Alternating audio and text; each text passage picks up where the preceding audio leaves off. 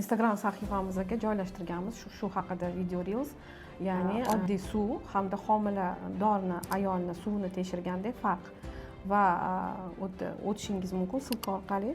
Farq qanaqa? Ya'ni krandagi top-toza suv o'zida xira bo'lib ko'rinadi va xuddi shunday homila oldi suvlari ham asli tiniq bo'lishi mumkin, lekin o'zida xira. O'zi bir muddatli bo'ladi, to'g'rimi? Nigor Abdurashidova, bir xiralashib, yana bir tozalanadi. To'g'ri.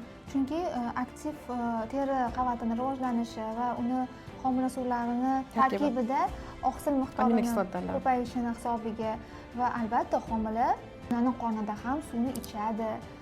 Uni hamma sistemasi ishga tushadi. Siydik ajratish sistemasi, ichak sistemalari. Shular ham bizda UZIda xuddi nimadirlar suzib yurganga o'xshab, mayda-mayda qumchalar suzib yurganiga o'xshab ko'rinadi. Shu bilan birgalikda aziz kuzatuvchilar, siz bilasizki, biz Umid Ahmadxonova bilan birga tug'ruqxonada ham ishlaganmiz.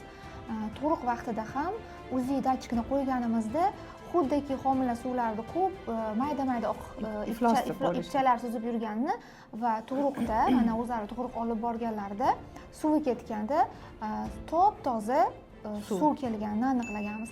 Va aksincha homiladorning suvi UZIda juda ham toza ko'ringan va tug'ruq olib borilganda yashil balchiq bo'lib ketgan. Hattoki shu tug'ilgan ayollar qarindoshlari bilan ham sal urushli, janjalli bo'lgan paytlari ham bo'lgan.